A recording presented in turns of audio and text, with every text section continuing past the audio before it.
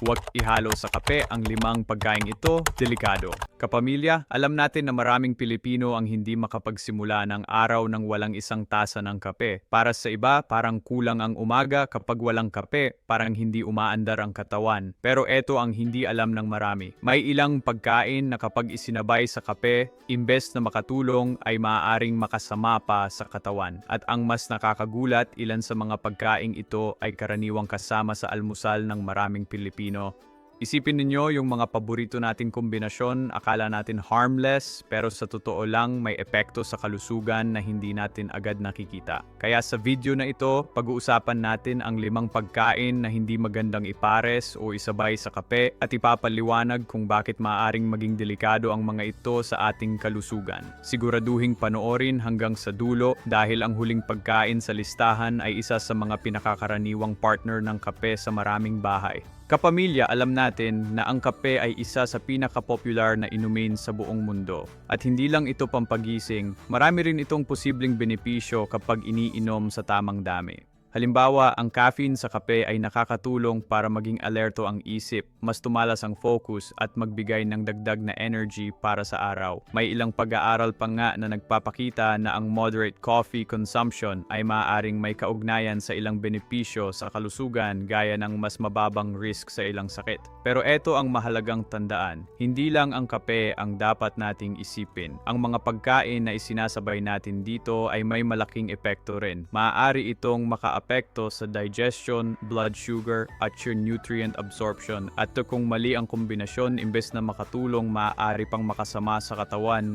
Isipin din nyo araw-araw tayong nagkakape pero kung palaging may kasamang maling pagkain, unti-unti itong nagdudulot ng problema sa kalusugan. Kaya't hindi lang kung gaano karaming kape ang mahalaga, kundi ano ang isinasabay natin dito. Kaya simulan na natin ang pagtalakay sa unang pagkain na karaniwang partner ng kape. Pero maaaring delikado kapag palaging pinagsasama. Pagkain bilang isa, matatamis na tinapay at pastry. Kapamilya, isa sa mga pinakakaraniwang partner ng kape ay ang mga matatamis na tinapay at pastry. Alam natin, yan, donut, ensaymada, sweetbread, cinnamon roll, cake o pastry. Para bang perfect combo, mainit na kape, tapos may matamis na tinapay. Pero eto ang hindi alam ng marami. Kapag pinagsama ang mataas na asukal at caffeine, nagkakaroon ng blood sugar spike. Bigla itong tumataas. Sa unang sandali, ramdam ang biglaang energy boost, alerto at ganado, parang ready na sa lahat ng gawain. Sa oras na iyon, maaari mong matuklasan na mas madali mong nagagawa ang mga tasks at nakakaramdam ka ng kasiyahan sa mga bagay na dati ay nakakabagot. Subalit pagkatapos ng ilang oras, biglang babagsak ang energy. Ang resulta, mabilis na pagkapagod, panghihina at pakiramdam na gutom na naman. Sa pagnanais na maibalik ang sigla, kadalasang umaabot tayo sa sugary at caffeinated na inumin. Nagiging cycle ito ng pagtaas at pagbaba ng enerhiya na mahirap talunin. Mahalaga ring maging ingat sa ating mga inumin at pagkain lalo na kung nais nating panatilihin ang stamina at konsentrasyon sa buong araw. Para sa mga taong may diabetes o prediabetes, mas delikado ang kombinasyong ito. Ang biglaang pagtaas at pagbaba ng blood sugar ay maaaring magdulot ng komplikasyon at mas lalong magpahirap sa kontrol ng kanilang kondisyon. And hindi lang sa blood sugar. Kapag palaging matamis ang partner ng kape, mas tumataas din ang risk ng weight gain at metabolic problems. Kaya't imbes na makatulong ang kape sa pagiging alerto, nauuwi ito sa roller coaster ng energy at mood swings. Ngayon, hindi ibig sabihin na bawal na ang tinapay o pastry. Lahat tayo ay gusto ng paminsan-minsang treat. Pero ang mahalaga, huwag gawing araw-araw na partner ng kape, lalo na kung sobra ang tamis. Mas mabuting piliin ang mas balanseng kombinasyon tulad ng whole grain bread o mas simpleng pandesal na hindi masyadong matamis. Kapamilya, tandaan, ang kape ay maaaring maging kaibigan ng kalusugan pero depende sa kung ano ang isinasabay natin dito. Kaya kung gusto nating masulit ang benepisyo ng kape, iwasan ang sobrang tamis na tinapay bilang pang-araw-araw na partner. Pagkain bilang dalawa, processed meat. Kapamilya, ang pangalawang pagkain na madalas ipares sa kape ay ang processed meat. Alam natin yan, bacon, sausage, ham, hotdog. Karaniwan kasama na ito sa almusal ng maraming Pilipino. Pero eto ang problema, ang mga pagkaing ito ay kadalasang may mataas na sodium at saturated fat. Isang issue ito na hindi dapat maliitin. Kapag isinabay sa kape, maaaring makaapekto ito sa digestion ng ilan na nagre-resulta sa hindi kasiyasyang karanasan. Ang caffeine ay may stimulating effects sa tiyan. Kapag partner pa ito sa processed meat na mahirap tunawin, mas nagiging prone ang ilan sa acid reflux o kabag na nagiging sanhi ng discomfort o pangangasim ng tiyan. Bukod pa rito, ang madalas na pagkain ng processed meat ay naiugnay sa ilang health concerns. Kabilang dito ang posibilidad na magkaroon ng iba't ibang uri ng sakit kapag sobra ang konsumo. May mga pag-aaral na nagpapakita na ang regular na pagkain ng bacon, sausage at hotdog ay maaaring magpataas ng risk sa heart disease at ilang uri ng cancer. Nagdadala ito sa atin ng pangmatagalang epekto na maaaring magkaroon tayo ng kalusugan. Dagdag pa, ang sobrang sodium ay nakakaapekto sa blood pressure, na delikado para sa mga may hypertension. Ito ay nagiging sanhi ng mas malubhang kondisyon sa puso at vascular system. Sa pangkalahatan, mahalaga ang balanse sa diet upang mapanatili ang maayos na kalusugan at maiwasan ang mga potensyal na panganib mula sa mga pagkaing ito. Isipin ninyo guys, isang tasa ng kape na nagpapabilis ng tibok ng puso tapos ipares sa processed meat na mataas ang asin at taba. Ang kombinasyon na ito ay maaaring magdulot ng dagdag na strain sa katawan, lalo na kung araw-araw ginagawa. Ngayon, hindi ibig sabihin na bawal na ang bacon o hotdog habang buhay. Lahat tayo ay gusto ng paminsan-minsang indulgence. Pero ang mahalaga, huwag gawing araw-araw na partner ng kape. Mas mabuting piliin ang mas natural na sources ng protina tulad ng itlog, isda o manok. Mas magaan sa tiyan, mas masustansiya at mas nakakatulong para sa balanced na almusal. Kapamilya, tandaan, ang kape ay maaaring maging kaibigan ng kalusugan pero depende sa kung ano ang isinasabay natin dito. Kung processed meat ang lagi nating partner, baka imbes na energy ang makuha, dagdag panganib pa ang dala. Food number 3, makaing mayaman sa iron. Kapamilya, ang ikatlong pagkain na dapat bantayan ay ang mga pagkaing mayaman sa iron. Alam natin na mahalaga ang iron sa katawan. Ito ang tumutulong sa paggawa ng red blood cells, sa pagdadala ng oxygen sa buong katawan at sa pagpapanatili ng energy levels. Kaya't natural na iniisip natin na masustansiya ang mga pagkaing mayaman dito. Halimbawa, spinach o malunggay, atay, red meat at beans. Lahat ito ay karaniwang nasa hapag ng maraming Pilipino, lalo na kung gusto nating masiguro ang lakas at resistensya. Ang mga pagkaing ito ay masustansya at naglalaman ng mahahalagang bitamina at mineral na tumutulong sa ating kalusugan. Pero maraming hindi alam. Ayon sa ilang pag-aaral, ang caffeine sa kape ay maaaring makabawas sa absorption ng iron kapag sabay na kinain. Ibig sabihin, kahit kumain ka ng masustansyang pagkain na mayaman sa iron, hindi ito lubos na na-absorb ng katawan kapag sabay mong iniinom ang kape. Bukod dito, ang sobrang pag-inom ng kape ay maaaring magdulot ng iba pang issue sa kalusugan tulad ng kawalang tulog at pagkabagot. Ito ay tiyak na makakaapekto sa ating kakayahang mag-function sa pang-araw-araw. Kaya't nakakabahala na maraming tao ang hindi ganap na nauunawaan ang epekto ng caffeine sa kanilang diet na maaaring makaapekto sa kanilang kalusugan sa pangmatagalan. Isipin ninyo, nagluto ka ng masarap na ginisang malunggay o nag-ulam ng atay tapos agad kang nagkape pagkatapos kumain. Ang akala mo nakatulong ka sa katawan mo pero sa totoo lang nabawasan ang mga nutrients na dapat sanay napunta sa dugo at nagbigay ng energy. Kaya't kung kakain ng iron-rich foods, mas mabuting uminom ng kape makalipas ang ilang oras. Sa ganitong paraan, mas maayos na maabsorb ng katawan ang iron at mas sulit ang nutrisyon na nakukuha mo.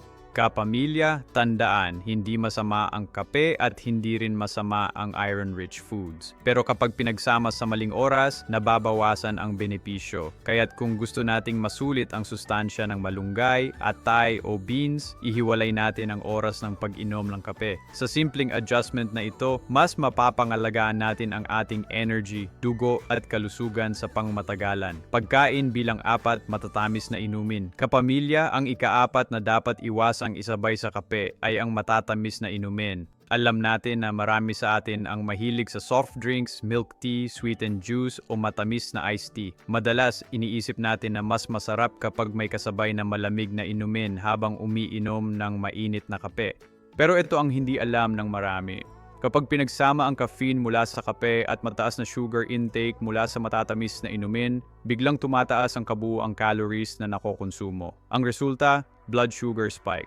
ibig sabihin mabilis na tumataas ang asukal sa dugo, na nagdudulot ng biglaang energy boost. Pero pagkatapos ng ilang oras, babagsak din ito, kaya't mararanasan ang tinatawag na energy crash. Kapag madalas ginagawa, nagiging sanhi ito ng pagdagdag ng timbang, lalo na kung araw-araw na habit. Para sa mga taong nagbabantay ng kanilang blood sugar tulad ng may diabetes o prediabetes, mas delikado ang kombinasyong ito. Ang sabay na pagtaas ng caffeine at sugar ay nagpapahirap sa katawan na i-regulate ang blood sugar levels.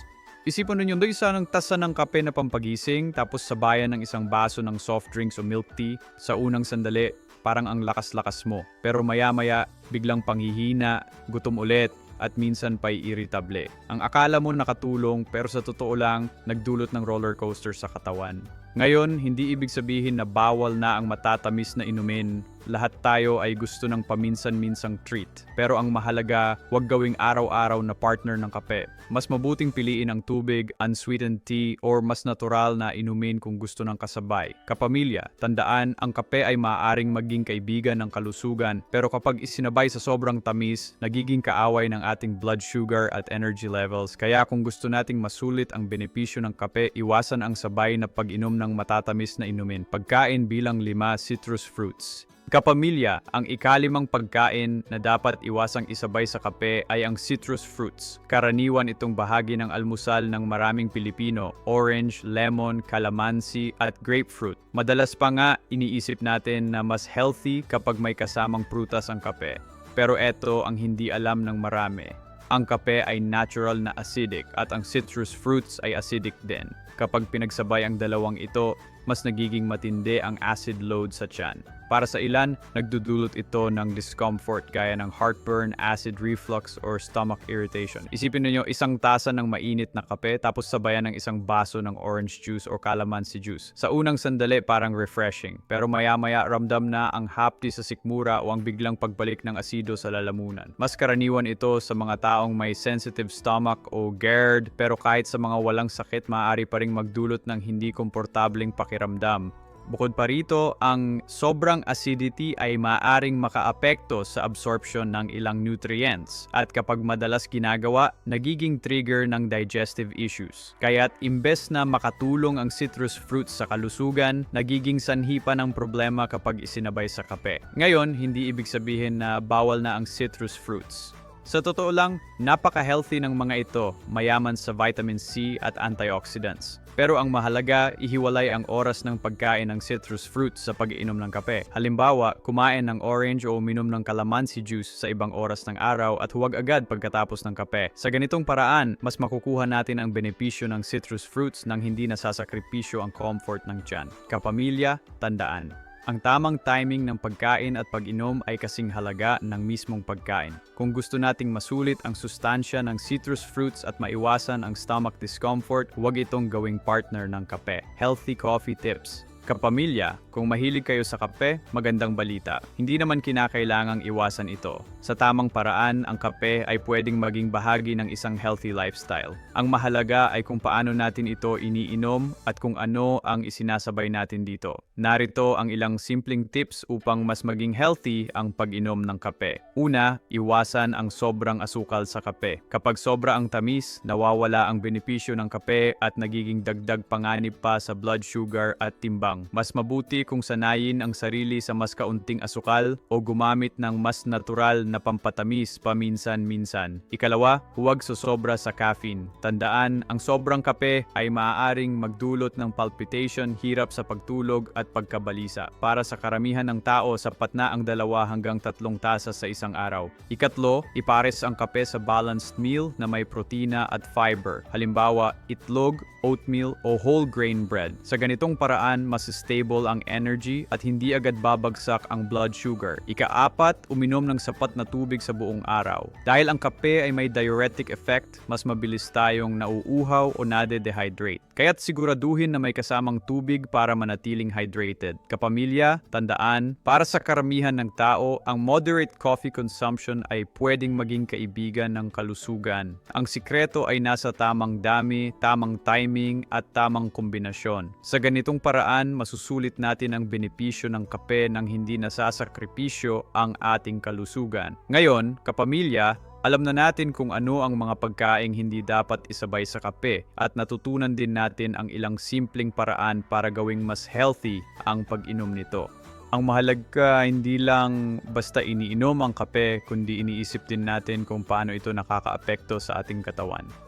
Sa tamang dami, tamang timing at tamang kombinasyon, ang kape ay pwedeng maging kaibigan ng ating kalusugan. Kaya bago tayo magtapos, balikan natin ang kabuuan ng listahan at ang mga aral na pwede nating dalhin sa pang-araw-araw na buhay. Conclusion. Kapamilya, walang duda na ang kape ay isa sa mga paboritong inumin ng maraming Pilipino. Para sa iba, hindi kumpleto ang umaga nang walang mainit na tasa ng kape. Pero mahalagang malaman natin kung anong mga pagkain ang hindi magandang ipares dito dahil ang maling kombinasyon ay maaring magdulot ng problema sa kalusugan. Sa video na ito, napag-usapan natin ang 5 pagkain na mas mabuting hindi isabay sa kape. Matatamis na pastry, processed meat, iron-rich foods, matatamis na inumin at citrus fruits. Ang simpleng pagbabago sa ating mga nakasanayang almusal ay maaaring magdala ng malaking benepisyo.